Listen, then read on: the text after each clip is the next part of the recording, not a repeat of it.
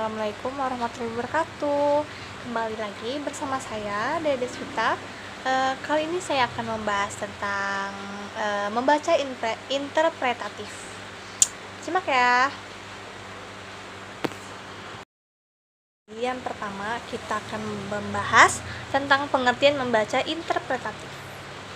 Membaca interpretatif adalah kegiatan membaca yang bertujuan agar para siswa mampu menginterpretasi atau menafsirkan maksud pengarang. Apakah karangan itu fakta atau fiksi? Sifat-sifat tokoh, reaksi emosional, gaya bahasa dan bahasa kias, serta dampak-dampak cerita. Pada dasarnya, membaca interpretatif bertujuan agar para siswa mampu menginterpretasikan atau menafsirkan maksud pengarang. Sekarang tujuan dan maksud pengarang. Tujuan seorang pengarang menulis sesuatu bertujuan untuk dibaca orang lain. Selalu tersurat di dalam teks, tapi bisa juga secara tersirat. Terdapat 6 tujuan membaca interpretatif, yaitu maksud pengarang, fakta atau fiksi, sifat tokoh, reaksi emosional, gaya bahasa, dan dampak cerita. Trigan tahun 1982. Tentang fakta atau fiksi. Membaca interpretatif adalah keterampilan membaca yang menafsirkan isi bacaan tentang perbedaan antara fakta dan fiksi. Perbedaan utama antara fiksi dan non-fiksi terletak pada tujuan. Tujuan narasi non-fiksi seperti sejarah, biografi, dan cerita perjalanan adalah menciptakan kembali apa yang telah terjadi secara aktual. Secara singkat, dapat dikatakan bahwa narasi fiksi bersifat realitas, sedangkan narasi non-fiksi bersifat aktualitas. Selanjutnya tentang sifat-sifat tokoh. Membaca interpretatif adalah keterampilan menafsirkan sifat-sifat dan ciri-ciri seorang tokoh.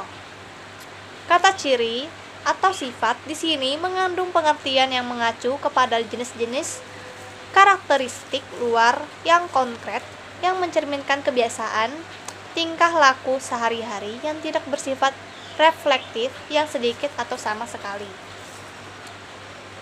Bobot hakikat kemanusiaan. Soedarso tahun 2005 diekspresikan sebagai: yang pertama, ada kebutuhan-kebutuhan akan hubungan.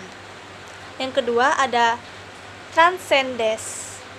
Yang ketiga, ada ketergantungan. Yang keempat, ada identitas. Dan yang kelima, ada kerangka acuan. Khusus antara hubungan antara orang tua dan anak, terdapat 3 tipe, yaitu hubungan simbolik, sifat merusak secara diam-diam, dan cinta. Maksud dari wadah simbolik adalah wadah tempat manusia berhubungan tetapi tidak pernah mencapai kebebasan atau kemerdekaan. Dan masuk dari sifat merusak secara diam-diam yang merupakan wadah hubungan atau jarak yang negatif dan acuh tak acuh. Sedangkan maksud dari hubungan berdasarkan cinta yang merupakan wadah adanya rasa saling menghormati, saling menghargai, saling membantu, dan saling mengerti. Selanjutnya ada gaya bahasa. Bahasa adalah suatu alat komunikasi dan sebagai sarana interaksi sosial. Fungsi utamanya adalah komunikasi. Korelasi psikologis sesuatu bahasa adalah kompetensi atau kemampuan komunikasi, kemampuan melaksanakan interaksi sosial dengan bantuan bahasa. Kemampuan penulis dalam menggunakan bahasa dengan benar dan tepat akan mampu menunjukkan sesuatu yang terang-terangan atau ironis. Simpatik atau marah, objektif atau emosional menurut Duktor dan Todorov. Dalam Tarigan tahun 1982, halaman 75-76.